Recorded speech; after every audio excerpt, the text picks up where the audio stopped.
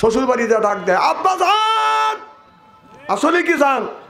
যখন যান আম্মা যান, মানে আদব দেখাবে যে জায়গা, সে জায়গা আদব নাই, যে জায়গা আদবের কথা নাই ওই জায়গা আদব দেখাচ্ছে। কথা বলুন। মা বাবার পায়ে হাত থেকে চুমা খেলে কিসমত খুলে যায়। সুবহানাল্লাহ ভারী কয়েন। মা বাবার পায়ে হাত থেকে কোনোদিনে চুমা খায় না, শ্বশুর বাড়ি যা খালি খামচা খামচি করে।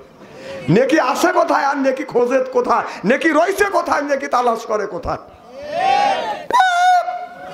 বেটা চল পাচ্ছি ককটা।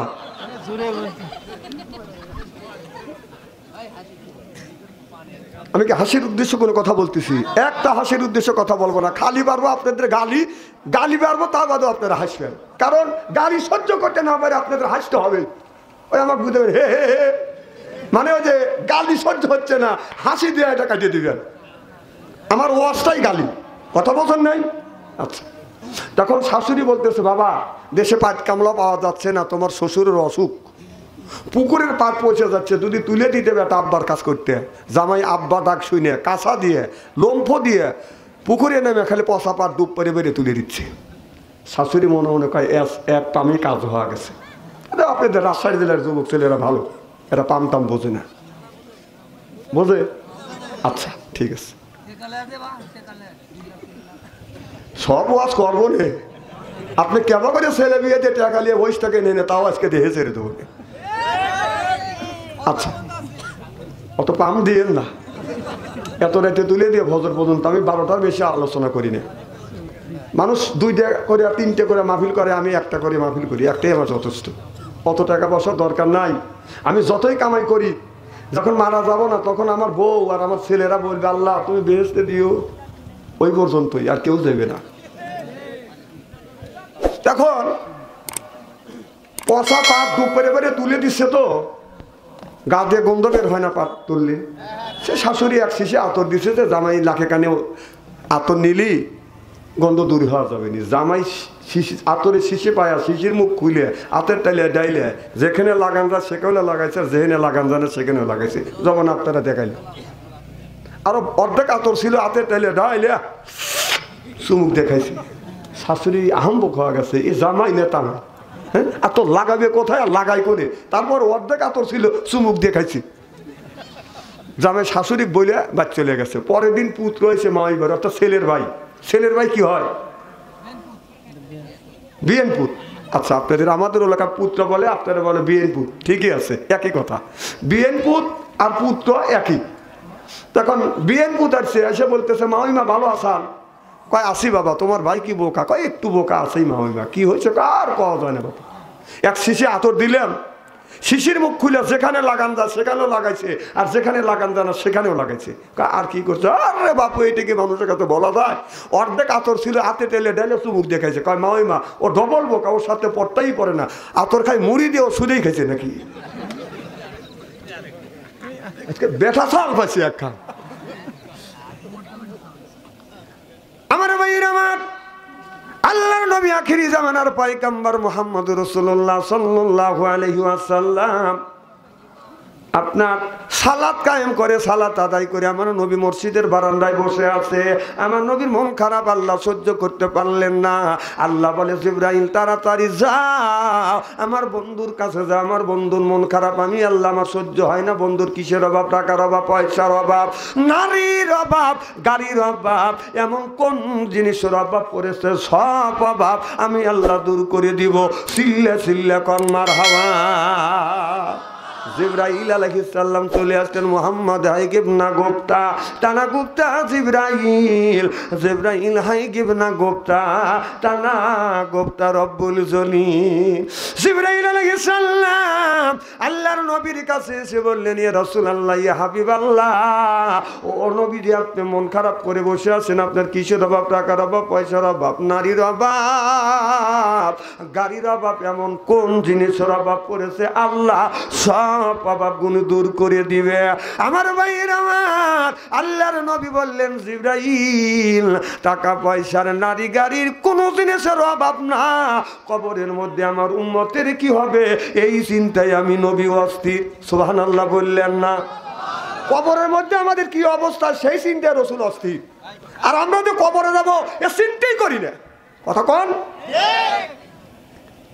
আমার ভাইয়ের আমার হাদিস শরীফের মধ্যে আসছে জিবরাইল আলাইহিস সালাম আমার নবীকে নিয়ে বনি সালমানের কবরের পাশে গেলেন, যাইয়া ডান পাখা দিয়ে হালকা আঘাত করলেন আর বললেন কুম্বি ইসনি ইল্লা, আল্লাহর হুকুমে আল্লাহর বান্দা জিন্দা হয়ে যাও।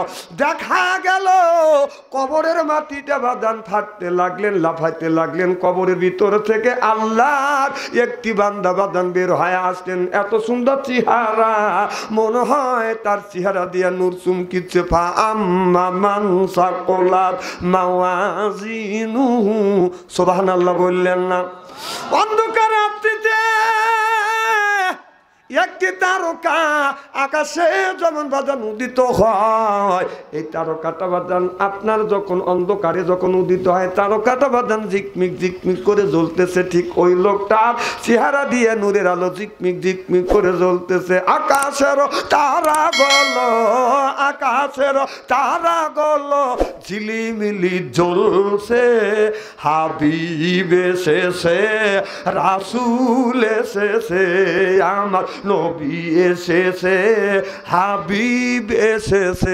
মারহাবা কোন? এই দৃশ্য দেখানোর পর আমার নবী পাখা দ্বারা হালকা আঘাত করলেন, আল্লাহর বান্দা কবরের মধ্যে বাদান চলে গেলেন।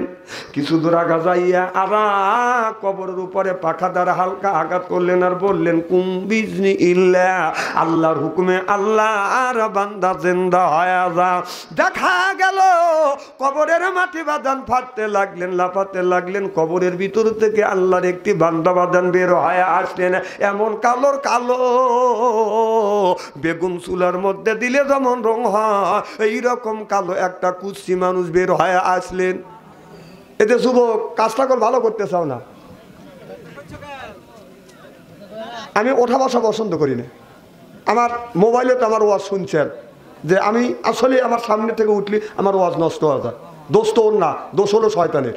শয়তান বলতেছে খালু ওঠো, ও লয় করে উঠে গেল। ও ছাড়িয়ে দিয়ে ওর পাশে যে গুণে আছে ওইটাকে ধরবে, কয় জ্যাঠা তুমি ওঠো, তোমার শাস্তু ভাই চলে গেছে। শয়তান সূক্ষ্মভাবে আপনাকে আমাকে ধোঁকা দেওয়ার জন্য আসছে। আর আমি মনে করবো যে গুণে উঠে যাচ্ছে, বুঝতে হবে ওর একটা ডার্লিং আছে, মিস করে দিছে, ও মিস পার করবে, চলে গেছে। ওগুলো আমি বুঝি, বেশি চিল্লা পাল্লা করা লাগবে না। আমি তোমার চিনি, কেউ তোমরা সিঙ্গেল আছো।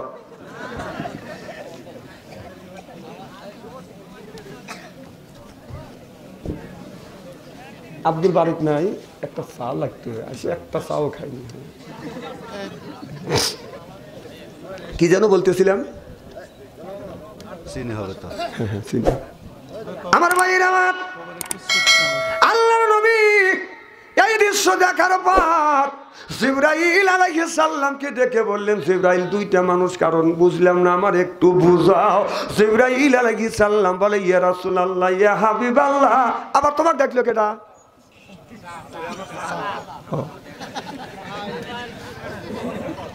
খুব ভালো হয়েছে, আপনি জোরে আছেন।